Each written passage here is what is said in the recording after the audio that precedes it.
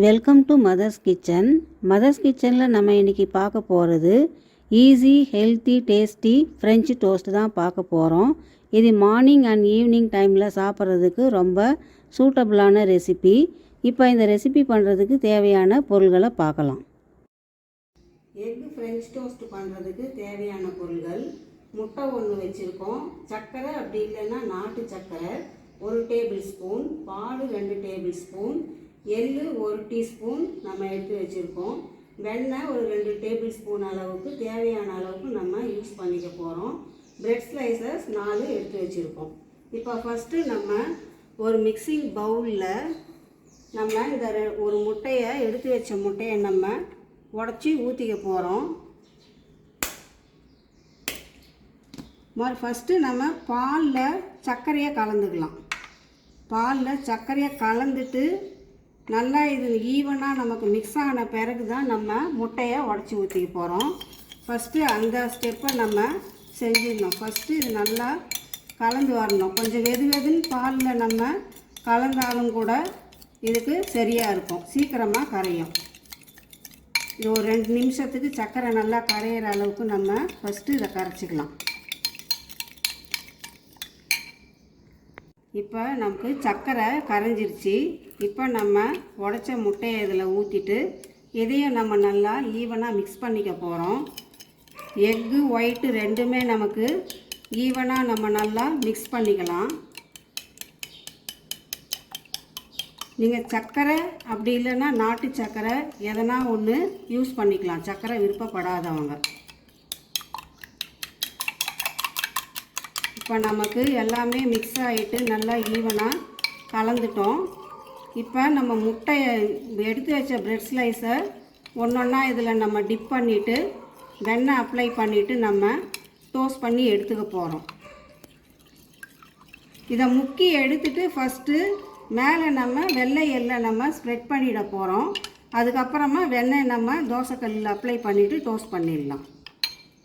இப்போ நம்ம பால், முட்டை, சர்க்கரை எல்லாம் அடித்து வச்ச அந்த மிக்சரில் இப்போ பிரெட் ஸ்லைசஸை நம்ம முக்கி எடுத்து வச்சிட்ருக்கோம். இப்போ கடைசி ஸ்லைஸையும் இதில் போட்டு நம்ம டிப் பண்ணி எடுத்துட்டோம். இப்போ இதுக்கு மேலே நம்ம எடுத்து வச்ச வெள்ளை எல்லை நம்ம ஸ்ப்ரெட் பண்ணிக்க போகிறோம். அப்போ தான் அதில் நல்லா அது ஸ்டிக் ஆகிட்டு நம்ம டோஸ்ட் பண்ணும்போது அது எனக்கு ஈவனாக ஃப்ரை ஆகிட்டு வரும். கொஞ்சம் வெள்ளை எள்ளு இது மேலே நம்ம தூவிக்கலாம். 2 பக்கமும் இந்த ஈரத்துலேயே நம்ம தூவிட போகிறோம். இப்போ நம்ம வெண்ணெய் அப்ளை பண்ணிவிட்டு டோஸ்ட் பண்ணிக்கலாம். எனக்கு கல் சின்னதாக இருக்கும் அப்படின்னவே ஒரு ஸ்லைஸாக நான் டோஸ்ட் பண்ணிக்க போகிறேன். நான் லோ ஃப்ளேம்லேயே வச்சுருக்கேன்.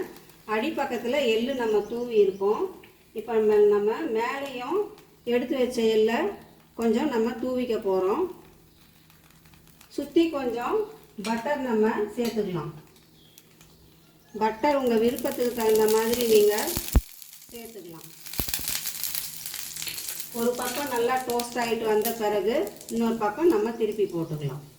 நல்லா இந்த மாதிரி அழுத்தி விட்டு டோஸ்ட் பண்ண போகிறோம்.